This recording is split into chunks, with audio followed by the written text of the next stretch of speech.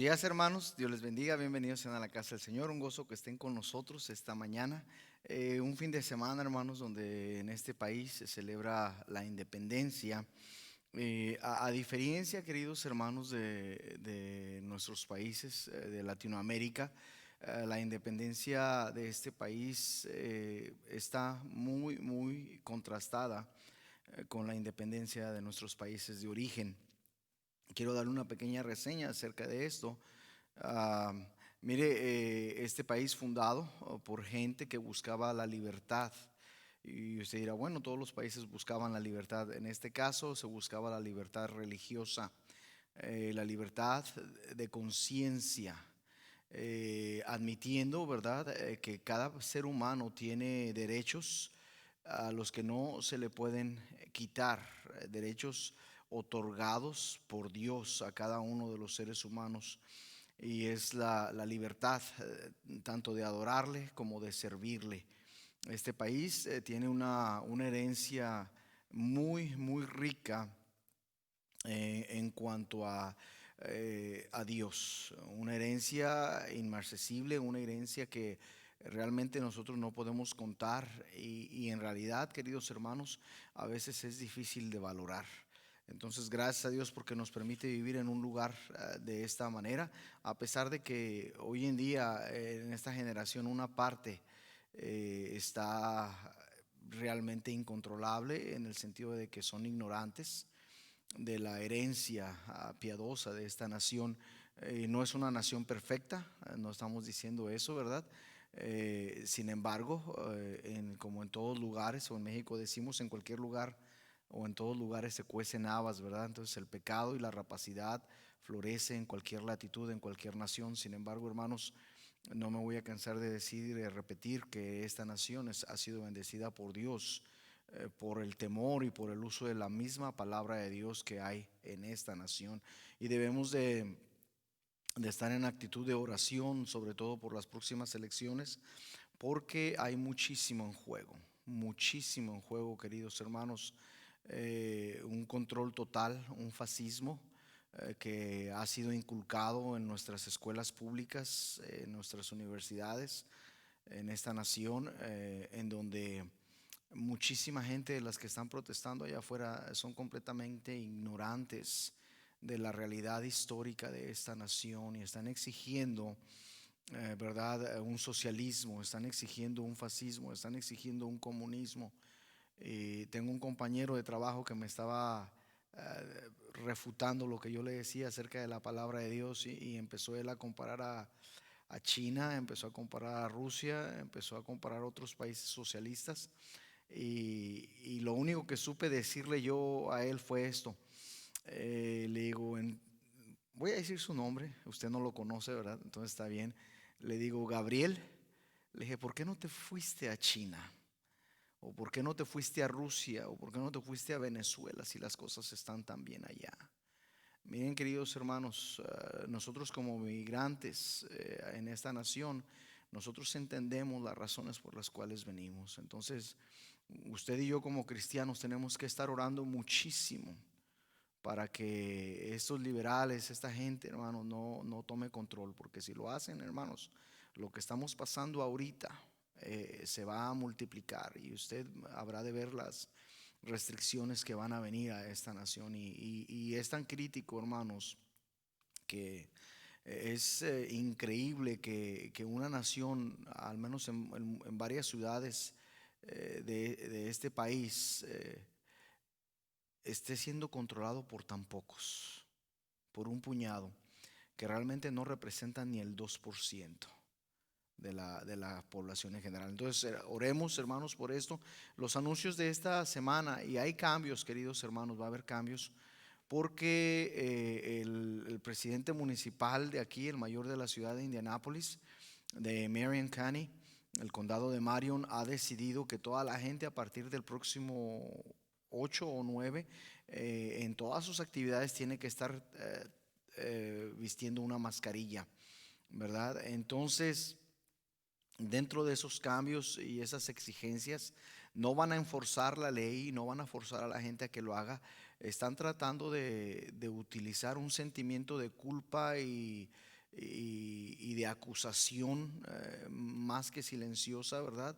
Para que las iglesias no se sigan reuniendo. Entonces, estamos en libertad de venir, solamente se les va a pedir que si usted se siente a gusto usando mascarilla, use la mascarilla, y si no se siente a gusto, no la use aquí adentro. Allá afuera, cuando va a platicar con los demás, úsela por favor, dentro de estas restricciones que han puesto, y para testimonio más que otra cosa, queridos hermanos, y prevención, no vamos a tener escuela dominical la próxima semana. Vamos a pausar hasta la primera semana de agosto, para el primer domingo de agosto, para hacer eso. Entonces, por favor, manténgase orando, ¿sí? Orar por, hay iglesias que hoy mismo no tienen servicios porque hay 2 o 3 personas infectadas, ¿verdad? Está la iglesia bautista Bethel allá en Greenfield, está la iglesia bautista Whittier Lane allá en Newcastle, está la iglesia Lighthouse Baptist Church aquí en la ciudad de Indianápolis. Entonces, debemos de estar orando por ellos, ¿verdad? El Señor es grande y el Señor es más poderoso que cualquiera de estas infecciones virales, ¿verdad? Entonces, recuerde estar orando el próximo miércoles también, hermanos, a las 6 de la tarde. Si usted quiere venir y participar del estudio bíblico, ¿verdad? Aquí con nosotros, es bienvenido. Lo que sí vamos a empezar, hermanos, va a ser el estudio de los miércoles. Sí, el estudio de los miércoles, en un par de semanas vamos a continuar con personajes bíblicos, y el turno de la exposición va a ser de la hermana Emma, ¿verdad? Que va a platicarnos por 10 minutos acerca de Eber, este personaje bíblico que es poco mencionado, pero tiene mucho significado con este nombre. Vamos a orar, queridos hermanos, para pedir la bendición de nuestro Señor.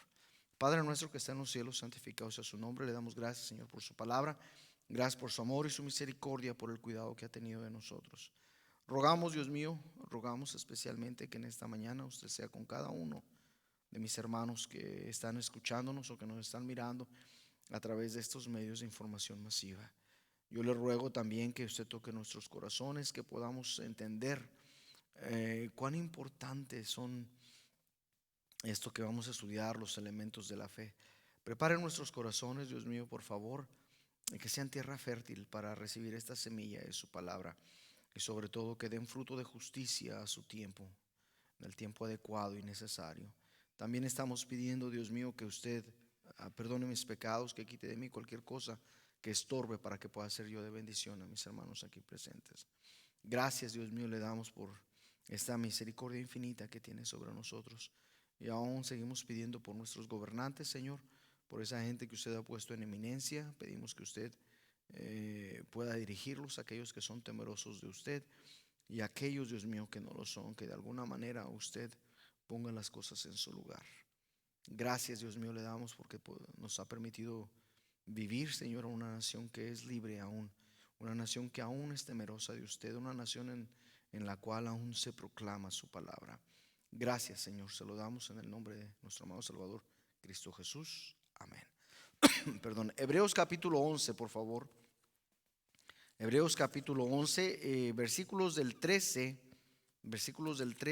al 16. Dice la palabra de Dios de la siguiente manera: conforme a la fe murieron todos estos, sin haber recibido lo prometido, sino mirándolo de lejos y creyéndolo y saludándolo y confesando que eran extranjeros y peregrinos sobre la tierra. Porque los que esto dicen claramente dan a entender que buscan una patria. Pues si hubiesen estado pensando en aquella de donde salieron, ciertamente tenían tiempo de volver, pero anhelaban una mejor, esto es, celestial, por lo cual Dios no se avergüenza de llamarse Dios de ellos, porque les ha preparado una ciudad. Hemos visto, hermanos, hasta este momento, en esta sala, ¿verdad?, de la que estamos parados hoy en esta mañana, acerca del compendio de la fe. En las últimas 2 lecciones vimos, hermanos, la existencia de la fe. Hoy vamos a ver los elementos de la fe.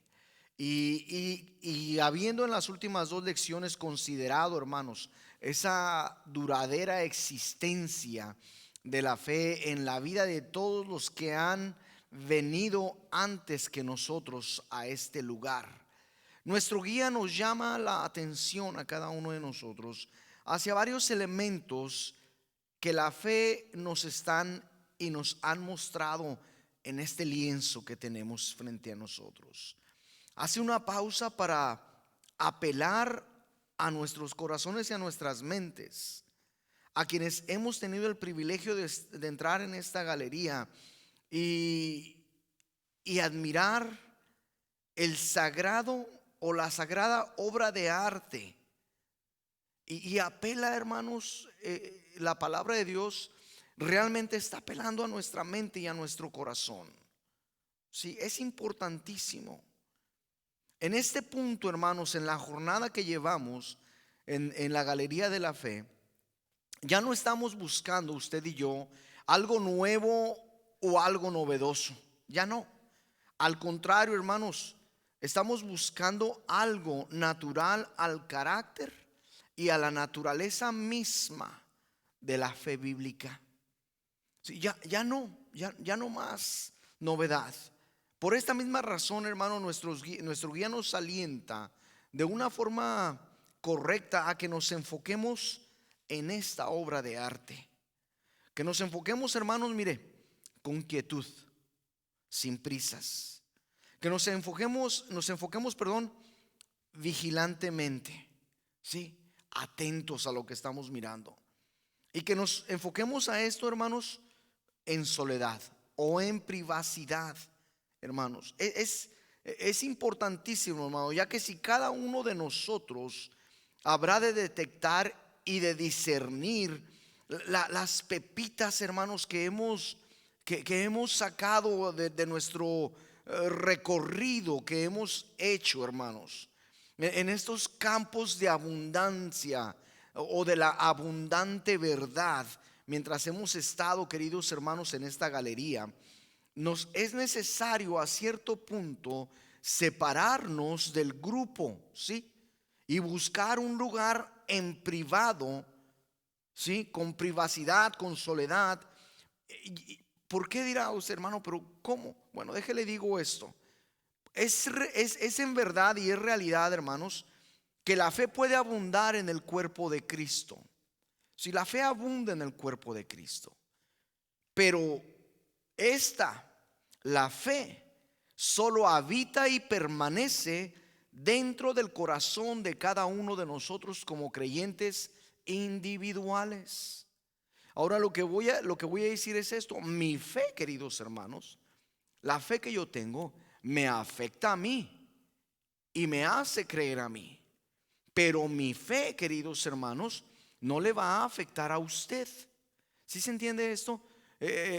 No estoy tratando de decir que mi testimonio no le va a ayudar a usted. Estoy hablando de cosas distintas. El hecho de que la fe habita en mi corazón me transforma a mí, hermanos. Pero ese hecho de que esa fe que me está transformando a mí no significa que esta fe que me está transformando a mí por lo que está haciendo en mi vida le va a transformar a usted por lo que está haciendo en mi vida. Sí, la fe trabaja individualmente en cada uno de nosotros de acuerdo a la medida de fe que cada uno de nosotros tenemos. ¿Sí se entiende esto, hermanos? De acuerdo a esto es como habita en el corazón de cada creyente. Y hermanos, es una tragedia, ¿sí? Es una tragedia, es una calamidad el haber pasado a través de estas salas en esta galería, haber estado frente a estos tesoros. Estos tesoros, hermanos, que son, mire, en primer lugar, liberantes. Porque cuando usted y yo estamos admirando la palabra de Dios, hermanos, las cadenas de la incredulidad se tienen que caer. Las cadenas de la incredulidad y de la incapacidad, hermanos, son destrozadas. Y es una calamidad, hermano, que siendo estos tesoros tan grandes, tan innumerables y tan liberantes, y a la misma vez son gratis para usted y para mí, no tenemos que pagarle a alguien por tomarlos. Es más, no le pagamos a nadie para entrar. Ya Jesucristo pagó el precio para que usted y yo entrásemos a este lugar. Aquí es donde usted y yo tenemos una libertad infinita de tomar estas verdades, de tomar estos tesoros y agarrarlos. ¿Y sabe qué pasa muchas veces? Que no agarramos absolutamente nada para nosotros.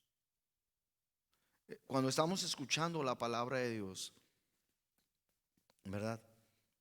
Si usted y yo no somos objetivos en cuanto a las necesidades que usted y yo tenemos, usted y yo sabe qué es lo que vamos a hacer. Vamos a estar escuchando al hermano que está predicando y lo primero que vamos a hacer es: ¿por qué no vino fulano de tal? Mira, esto le hacía falta a mi hija, esto le hacía falta a mi hijo, esto le hace falta a la hermana fulana, esto le hace falta al hermano perengano. Y la tragedia más grande es que si usted lo está escuchando, hermano, y el Señor le está revelando algo, no es para que usted piense en alguien más, sino que piense en usted mismo. Agarre algo de esto para sí. Hermanos, no es suficiente con percibir la verdad acerca de la fe.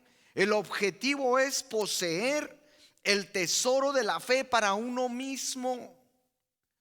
Olvídese, hermano, de fulano, de perengano, de sutano. Olvídese de ellos y crezca usted mismo en la fe que Dios le ha dado.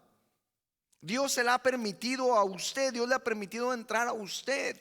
Sí, hermano, usted y yo, nosotros podemos ser de bendición a aquellos, pero primero tiene que crecer usted mismo. ¿Sabe, hermano? La privacidad también requiere un tiempo de quietud.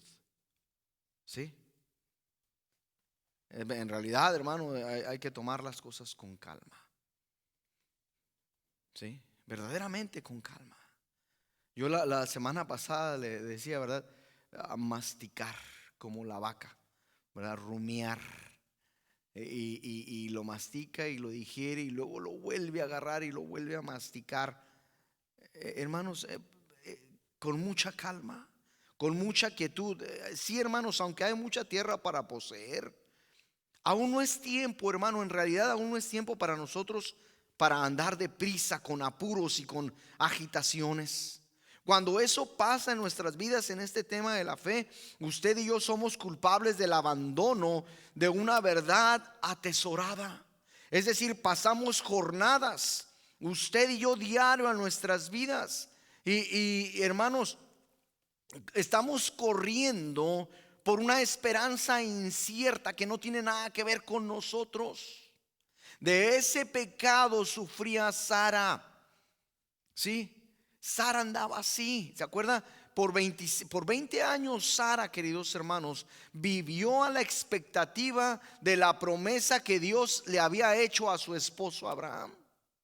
A ver qué pasa, decía Sara. Y por andar con apuros, queridos hermanos, y me da lástima o tristeza, hermanos, que estoy usando mucho a este personaje. No porque sea malo, sino pues, un personaje que se me viene a la mente, ¿verdad? Que nos enseña mucho también a nosotros, andando con las prisas de la carne. ¿Sabe qué hizo Sara? Abraham, llégate a mi sierva, y cuando ella tenga un bebé va a ser mi bebé. Y ya vemos, hermanos, que esto no es nada. No era así, porque nunca Ismael nunca fue hijo de Sara. Nunca lo fue. ¿Sabe una cosa, hermanos? Debemos de detenernos y dejar de estar pensando allá en el futuro, en lo que vamos a explorar en la siguiente sala, en lo que vamos a hacer. Y debemos de sentarnos en quietud y en paz y empezar a digerir y empezar a valorar lo que hemos aprendido, hasta este momento, lo que hemos tomado hasta este momento. ¿Sabe por qué? Porque es en la quietud de la privacidad donde usted y yo vamos a poder refinar cada mineral, cada pepita que hemos sacado de este diario caminar. De este diario caminar. El mismo Señor Jesucristo nos dijo y nos enseñó, que no nos afanásemos por el mañana, que no nos preocupásemos por el que habremos de comer o el que habremos de vestir. Y nos da ejemplo en las aves, en los lirios del campo. Y nos dice que ni aun Salomón con toda su riqueza se vistió como uno de ellos y comió como uno de ellos. ¿Sabe qué, hermano? Es tiempo de separar en nuestras vidas los granos de la verdad de la fe de entre el pasto y la paja sin valor. Veníamos mi esposa y yo platicando hace un momento y le dije, ¿ya viste cómo está el maíz de grande? Le digo, hace apenas una semana fue cuando te dije, vas a ver cómo está de grande la semana que entra. Y está exageradamente grande. ¿Sabe, hermano?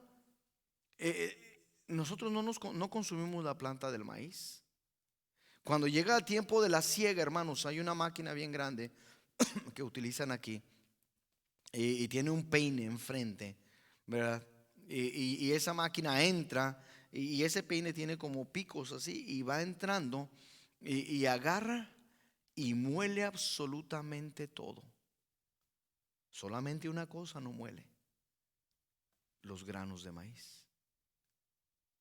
Es importantísimo, hermano, que usted y yo separemos esa paja sin valor de lo valioso en nuestra vida, lo que la fe está proveyendo. Y esto, hermanos, solamente se puede lograr a través de la vigilancia del pasado. ¿Qué hemos visto? ¿Qué hemos recibido? ¿Qué nos está dando el Señor? Es decir, tenemos que mirar con atención a cada elemento de la fe para que juntos, hermanos, cada uno de estos elementos hacen el compuesto, el conglomerado ante usted.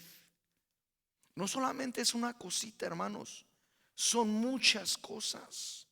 En el silencio del momento, hermanos, usted y yo podemos fijar nuestra mirada sobre el lienzo que está frente a nosotros y podemos estar pendientes de las palabras de nuestros guías, de nuestro guía, el Espíritu Santo, y pausamos y persistimos esperando a que la obra y el artista se revelen a sí mismo a nosotros y comience a hablar a nuestros corazones. Y sabe una cosa, mientras que los verdaderos elementos de la fe pueden ser muchos, pueden ser numerosos, realmente hoy solamente vamos a ver 4. Esperamos que nos dé tiempo de ver 4. Y estos 4 elementos que emergen no son nuevos, ni tampoco son novedosos, pero sí son rápidamente identificados. Mire, hay una percepción, ¿sí? El primer elemento que vamos a ver es la percepción. El segundo elemento es la persuasión de la fe. El tercer elemento, hermanos, es la posesión de la fe. Y el último elemento, hermanos, el último elemento es la profesión de la fe. Y esto es importantísimo, queridos hermanos, ¿sí? Es importantísimo, porque usted y yo, hermanos, como le acabo de decir hace un momento, aunque no son novedosos, esos elementos sí son rápidamente identificados por la consistencia que tienen en nuestras vidas o en la vida de los creyentes que han venido antes de nosotros. La presencia, hermanos, de esos elementos en las obras anteriores, esas obras que hemos tenido el privilegio de considerar, ahí estaban. Y va a haber algo, hermano, que le voy a repetir, que se lo había repetido ya un par de veces. En las salas anteriores usted y yo vimos contrastes. Se nos remarcaron los contrastes de la fe. No porque la fe sea diferente en unos que otros, no, queridos hermanos, sino contrastes en las reacciones de cada uno de los personajes que están ahí plasmados. Pero aquí, queridos hermanos, comenzamos a ver una consistencia. Y va a llegar el momento, queridos hermanos, en que en nuestra vida usted y yo tenemos que tomar todo lo que tenemos, todo lo que hemos agarrado, y eso lo deberíamos de hacer diariamente, hermanos, y mirar si hay un contraste en nuestra vida aún o una consistencia. Porque si, ahí le va, porque si usted y yo seguimos contrastando nuestra vida, usted y yo hemos cerrado el camino. Usted y yo tenemos que tener ya, hermanos, a este punto de nuestra vida, una consistencia en la fe. Es decir, hermano, mire, aunque nuestra vida en este mundo tiene subidas y bajadas, nuestra vida es derecha. El camino que nos ha dado nuestro Señor Jesucristo, el camino que Él ha presentado, no tiene desviaciones.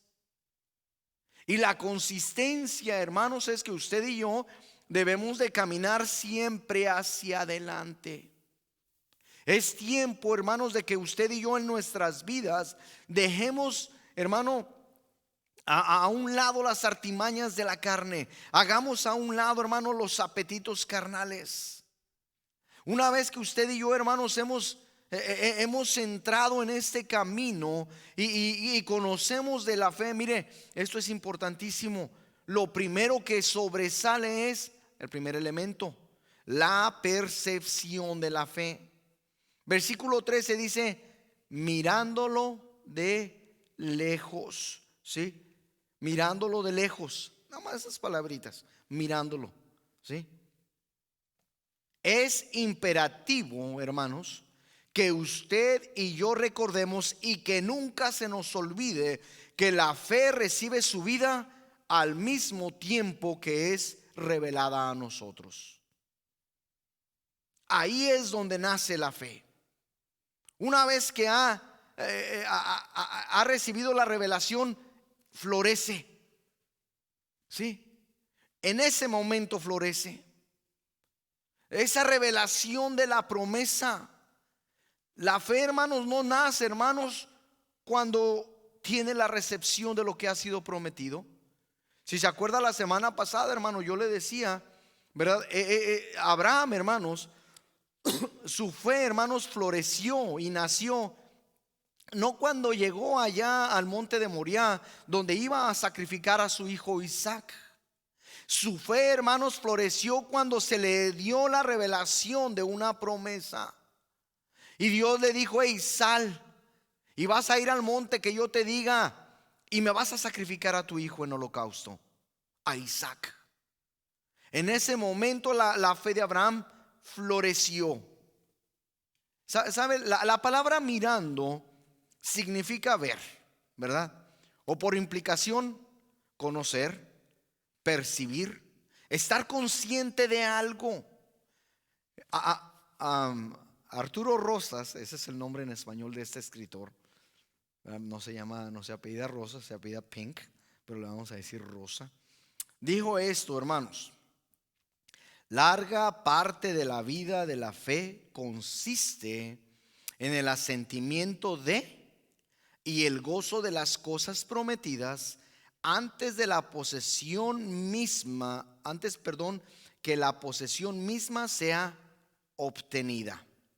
Es meditando sobre fe y extrayendo su dulzura que el alma es alimentada y fortalecida. En otras palabras, hermanos, mientras que la carne puede ser engañada por lo que está mirando, acuérdese, la fe no es ciega, pero ve más allá de lo que puede ver la carne, ¿sí? Antes, mientras que la carne puede ser engañada por lo que está mirando, la verdadera fe, hermanos, no puede ser engañada. Esta certeza, hermanos, se debe a la causa de la dirección que la fe tiene en su mirada, a la detección de la vista de la fe. La fe mira afuera de los demás y se enfoca sobre uno y solo uno. Mira a la palabra y por la palabra. Estamos hablando, hermanos, Juan 1:1. En el principio era el verbo y el verbo era con Dios y el verbo era Dios. La fe, hermanos, ahí le va, fíjese lo que le voy a decir, La fe está acostada, la fe está dormida y la fe está muerta. Hermano, ¿qué está diciendo? Escúcheme. La fe está acostada, está dormida y está muerta hasta que percibe o vislumbra al invisible. Hebreos 11:27, cuando la fe finalmente detecta la presencia, hermanos, del procreador, del ser único, de Jehová, del Dios de los ejércitos, de nuestro Salvador, de Jesucristo, hermanos, su presencia es detectada. El Espíritu de Dios da vida y surge, hermanos, en el creyente a través de la fe, el cual ha puesto sus ojos sobre la persona que es el autor y consumador de la fe. Este es, queridos hermanos, nuestro Señor Jesucristo. Una vez, hermano, que usted ha enfocado su vista y la ha igualado a la vista de la fe, es decir, ya no vive usted por la carne y ya no se deja llevar por esos apetitos carnales, usted, hermano, puede percibir las promesas que Dios ha hecho. Es importante, hermanos, la percepción de la fe, más importante de lo que usted se imagina. Hermanos, las percepciones de la fe generan el elemento de la persuasión. Ahí mismo en el versículo 13 dice, y creyéndolo, nada más ahí, y creyéndolo. Cuando el escritor usa la palabra creyéndolo, significa convencido por argumento, apaciguar, asentir o estar de acuerdo a la evidencia o a la autoridad, confiar por certeza interior. Eso es lo que significa. Y les recuerdo una vez más que lo más difícil de hacer, que lo más fácil, perdón, para la fe es creer. Eso es lo más fácil, creer. Y mientras yo soy consolado por la entera, hermanos, definición de la palabra creyéndolo, estoy especialmente conmovido por la simple y sencilla frase que dice apaciguar. El único tiempo en que la fe puede llegar a ser disciplinante o disciplente y quisquillosa o difícil, ¿sabe qué, hermanos? Es cuando la fe pierde de vista a la promesa. Es cuando la carne en nuestras vidas, queridos hermanos, ha dejado de mirar a Jesucristo, ha dejado de enfocarse en Él, ha permitido, hermanos, que el desdén de la carnalidad, ha permitido que la misma carnalidad tenga control de nuestras vidas. Y la palabra de Dios, hermanos, no es más que un simple libro, el cual, hermanos, nos acordamos de él el domingo, nos acordamos de él tal vez una o dos veces a la semana, y no lo leemos, no meditamos en la palabra de Dios, no oramos a través de Dios, no estamos en comunión con nuestro Señor. ¿Qué es lo que está pasando entonces, hermanos? Nuestra fe es desviada. Ahí, hermanos, hemos perdido de vista la promesa y hemos detenido, hermanos, la fortaleza y la riqueza de la fe en nuestras vidas. ¿Se acuerda lo que le dije hace un momento? En lugar de estar pensando en que lo que está diciendo la palabra de Dios es para nosotros, usted y yo estamos pensando en alguien más.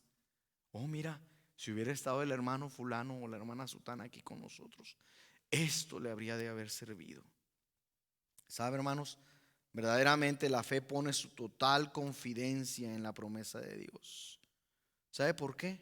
Porque está completamente comprometida con el incorrupto carácter, y naturaleza del Dios de la promesa. Si yo no le hice la promesa, hermano, hermana, la promesa se la ha hecho Dios. Usted confía en Dios no por lo que yo vengo a decirle a usted. Usted confía en Dios, hermano, no por alguna frase que tenga escrita en su casa. Usted confía en Dios, hermano, porque es Dios quien nos ha hecho la promesa. Y Dios es inmutable y Dios no miente. Dios es incorruptible, a diferencia de usted y de mí. Usted y yo mutamos. Usted y yo cambiamos. Usted y yo somos corruptibles. Y la promesa que usted y yo podemos hacer, por lo tanto, es corruptible. Pero lo que Dios ha hecho y lo que Dios ha prometido, queridos hermanos, es perfecto. porque es parte de su naturaleza.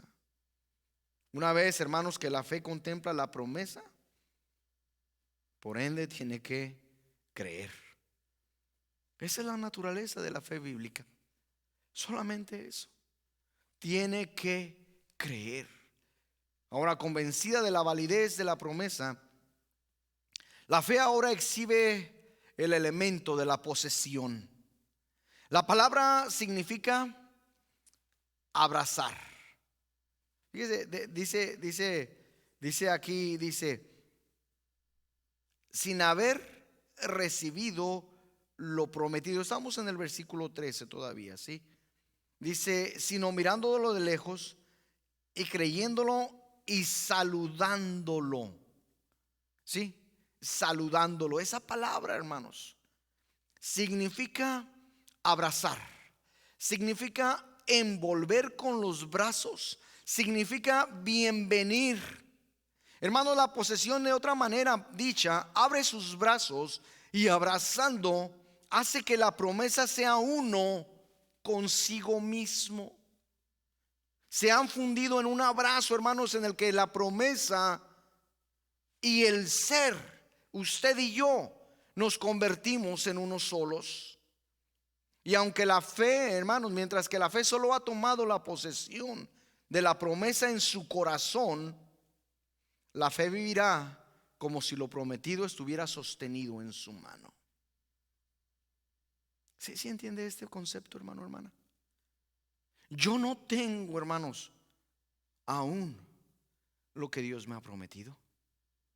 Ninguno de nosotros lo tiene. Pero sabe una cosa, podemos vivir como si ya fuera nuestro. Esa es la posesión de la riqueza de la palabra de Dios. Esa es la posesión, hermanos, de la promesa que Dios nos ha dado. ¿Por qué? Porque la fe, hermanos, no solo tomará posesión de la promesa, la promesa tomará posesión de la fe. Esos ya son uno en sí mismos. Así es revelado esta unión a través de las acciones, a través de las actividades, a través de las actitudes unificadas.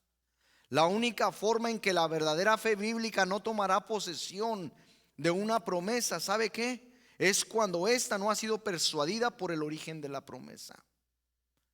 ¿Por qué? Porque usted y yo no lo permitimos. Y esto ocurre cuando la fe ya no puede más percibir a la persona de la promesa. La pregunta, hermanos, es: ¿dónde está Dios en tu vida? ¿Dónde está Dios? La fe ahora ha tomado posesión de la promesa. Ahora la fe, hermanos, hace una profesión. Y confesando que eran extranjeros y peregrinos sobre la tierra, dice el versículo 13. La palabra confesando significa el asentimiento a donde la confesión es hecha, el reconocer, el agradecer, el admitir. La promesa, hermanos, no tan solamente afectó la vida de fe. La promesa también afectó a los labios de la fe. La fe no solo vivirá como si la promesa ya fue recibida. También la fe, hermanos, hablará como si la promesa ya fue recibida. La fe, hermanos, no es ciega y tampoco es muda. Y esto lo aprendimos en una de las primeras lecciones que vimos. Es tiempo, hermanos, es tiempo que el creyente no solo comience a vivir una vida celestial en un mundo corrupto y pecador, sino que también el cielo sea el tema de nuestro diario hablar. La fe hablará confiadamente de nuestra morada celestial. La fe no solo proclamará los esplendores y las maravillas celestiales. La fe también alabará al Salvador por la gracia que esto hace posible. Mientras la hermana Tania toca, en el contexto del versículo 13, la fe fue declarada del creyente en su naturaleza, diciendo que eran extranjeros y su nacionalidad peregrinos sobre la tierra. Una vez que la fe toma posesión de la promesa, hermano, no se va a callar. La pregunta para usted y para nosotros en esta mañana es simple. Al ser revelados sobre este lienzo los elementos de la fe, se hace aparente una progresión natural de ellos. Es una progresión que ninguno de estos elementos permite ser alterado u omitido. Es solo después de la percepción que está la posibilidad de una persuasión confidente. Y la persuasión genera el deseo de la posesión, que a su vez produce la confidente voz de la profesión. La pregunta, hermanos, es: ¿está la fe obrando en su vida? No le estoy preguntando si usted hace milagros o si usted confía. Le estoy preguntando si usted está percibiendo la palabra de Dios. Le estoy preguntando si usted está persuadido finalmente y confidente de que la promesa de Dios es grande en su vida. Le estoy preguntando, hermanos, si esa persuasión le ha generado a usted en su vida la posesión de la misma palabra y ha producido esa posesión